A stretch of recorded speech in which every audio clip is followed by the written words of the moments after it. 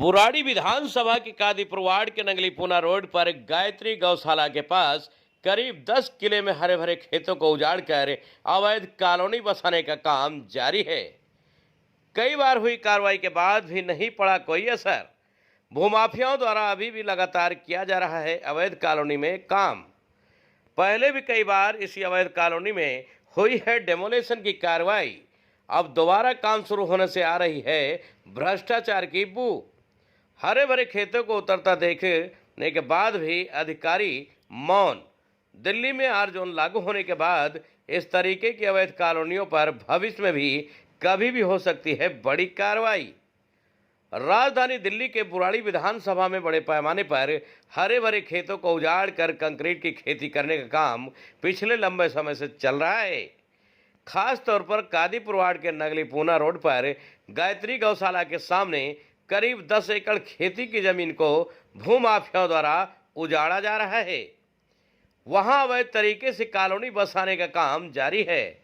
यहां पहले भी कई बार अधिकारियों द्वारा डेमोलेशन की कार्रवाई की गई, लेकिन हैरानी तो तब होती है जब कार्रवाई के कुछ ही दिन बाद भूमाफिया दोबारा प्रशासन को ठेंगा दिखाते हुए अवैध कॉलोनी बसाने का काम जारी रखते हैं।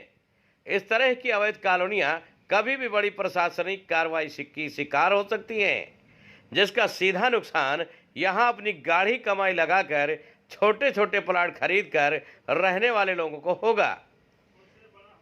भूमाफिया अवैध तरीके से कॉलोनी बसाकर यहां से चलते बनेंगे और गरीब व्यक्ति अपने जीवन भर की जमा पूंजी लगाकर छोटे प्लॉट खरीदकर अपने लिए आशियाना बनाते हैं, लेकिन जब प्रशासन की कार्रवाई होती है तो सीधा नुकसान इन्हीं गरीब लोगों का होता है। कादीपुर वार्ड के नगलीपुना रोड पर बसाई जा रही अवैध कॉलोनी भी भविष्य में इसी तरीके की कार्रवाई का शिकार हो सकती है। अवैध तरीके से खेतों को उजाड़कर कॉलोनी बसाई जा रही है, हरियाली खत्म की जा रही है। वैसे तो एक तरफ सरकार बढ़ते प्रदूषण को लेकर चिंता व्यक्त करती है, लेकिन हरियाली को खत्म करने से जो प्रदूषण फैलता है उस पर अधिकारी और सरकारी अमला आंख मूंदे बैठे हुए हैं। राजधानी दिल्ली में कादीपुर, गढ़ी खुसरो, इब्राहिमपुर, नागलीपुना जैसे कई गांव हैं जहां काम करने के लिए एमजीएफ और एमआर जैसी बड़ी कंपनियों के कई एकड़ जमीन खरीदी हुई है, लेकिन इस तरीके की अवैध कॉलोनियां बसने से अब उस प्लानिंग पर भी सीधे तौर पर बट्टा लगता हुआ नजर आ रहा है।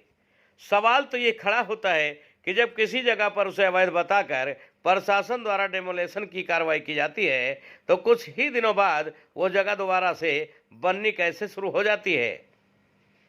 आखिरकार कैसे भूमाफिया दोबारा उसी जगह पर काम शुरू कर लेते हैं। ऐसा नहीं कि इस जगह से अब अधिकारियों की आवाजाही नहीं है, फिर ये बात उनके संज्ञान में नहीं आती, लेकिन बावजूद इसके कोई कार्रवाई करना हो ना हो किसी बड़े भ्रष्टाचार की तरफ इशारा जरूर करता है।